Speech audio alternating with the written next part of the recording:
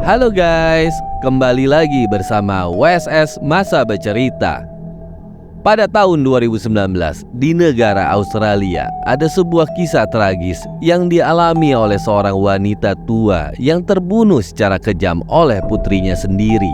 Orang tua tersebut sangat sayang kepada putrinya, walaupun putrinya memiliki gangguan mental sejak kecil.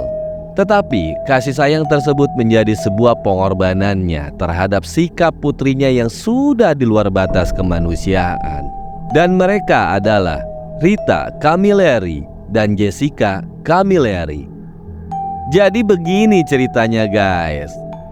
Jessica Camilleri yang berusia 25 tahun tinggal di daerah St. Clair di barat Sydney, Australia. Dia tinggal bersama ibunya yang berusia 57 tahun, yaitu Rita Camilleri.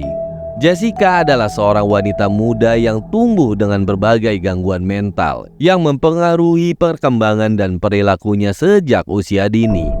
Dari sejak kecil, Jessica tuh menunjukkan keterlambatan dalam kemampuan berjalan dan berbicara. Perkembangan intelektualnya pun juga terhambat dengan kesulitan dalam membaca, menulis, dan berhitung.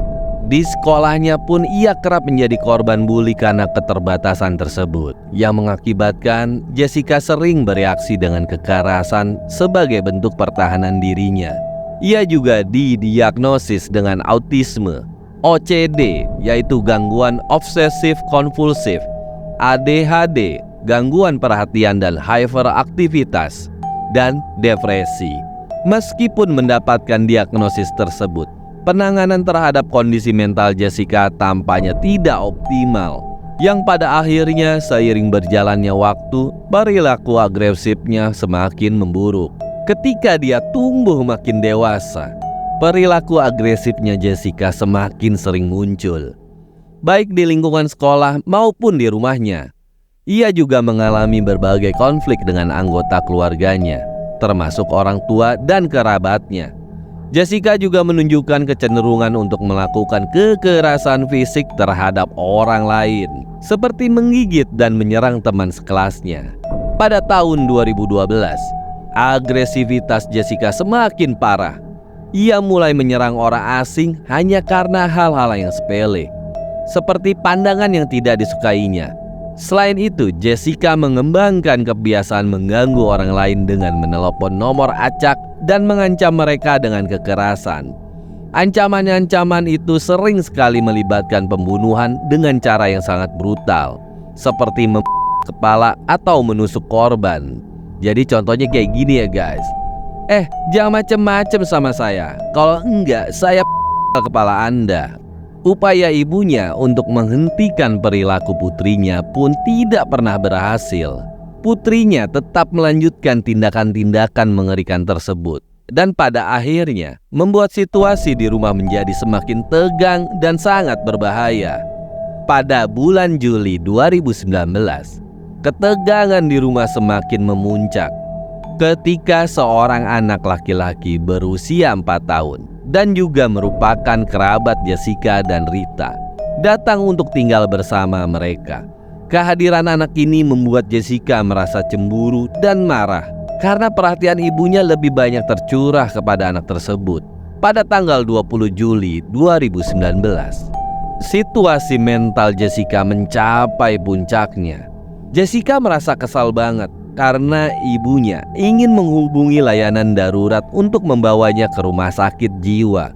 Dia pun menyerang Rita, yaitu ibunya sendiri, dengan kekerasan yang tak pernah terbayangkan oleh manusia sewajarnya. Pada saat itu, dia langsung menyerang ibunya berkali-kali dengan pisau dapur, seperti di wajah, kepala, dan leher. Dan setelah ibunya berkali-kali, akhirnya dia kepala ibunya di depan seorang anak laki-laki yang masih kecil, yang kebetulan sedang menginap di rumah mereka. Anak laki-laki itu adalah keponakannya Jessica sendiri. Kebetulan ibunya, yaitu Rita, sedang mengasuh adiknya saat kejadian itu terjadi.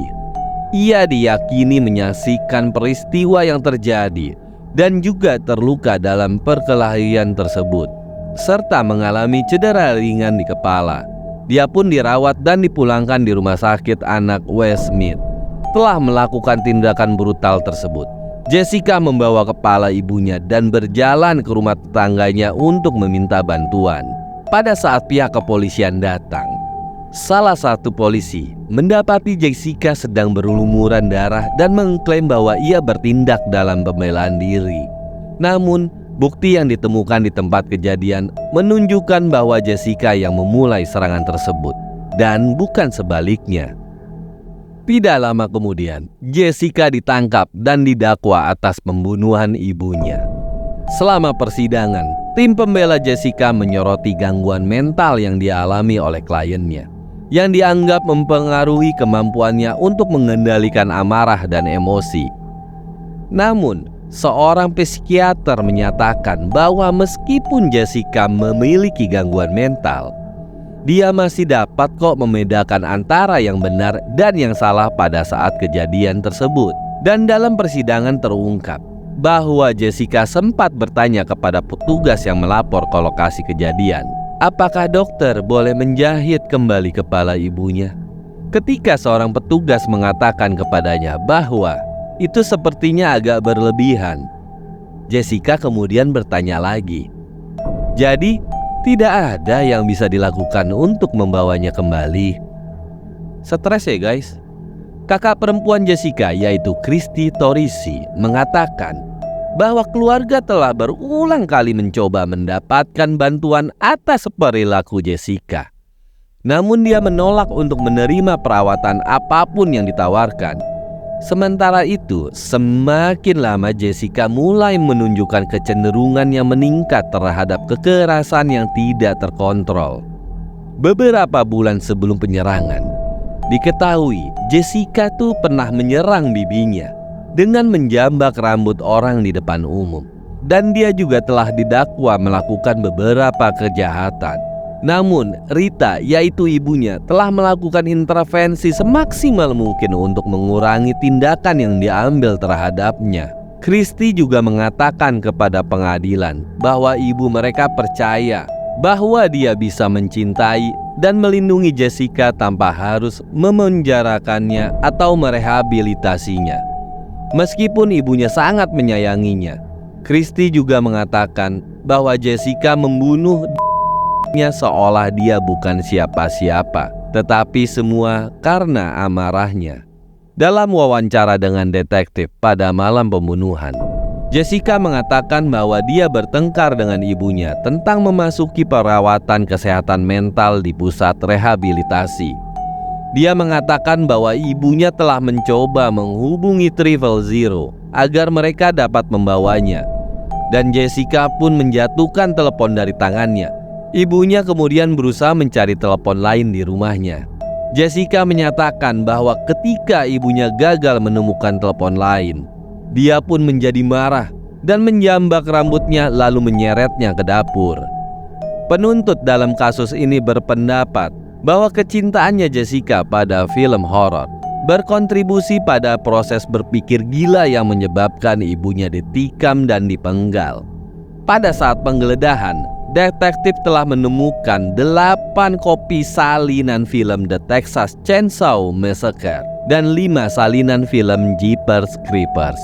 Klaim ini juga didukung oleh 2 psikiater yang melaporkan bahwa serangan pisau tersebut diakibatkan oleh disabilitas intelektual dan gangguan spektrum autisme dengan fiksasi yang tidak wajar pada grafis film horor.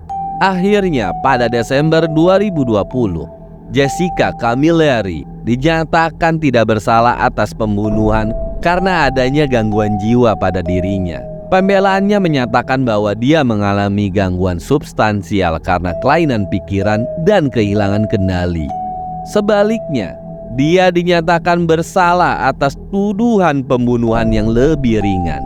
Dan dia pun dijatuhi hukuman 21 tahun 7 bulan penjara dengan kredit yang diberikan untuk masa hukumannya mulai tanggal 20 Juli 2019. Jessica akan memenuhi syarat untuk pembebasan bersyarat dalam 16 tahun 2 bulan ke depan. Meskipun demikian, Jessica tetap mencoba mengajukan banding atas hukumannya pada tahun 2022, yang hasilnya sampai saat ini masih belum diputuskan. Oke guys, itulah cerita dari anak yang tega membunuh ibunya sendiri karena dia tidak mau untuk menjalani perawatan gangguan mentalnya.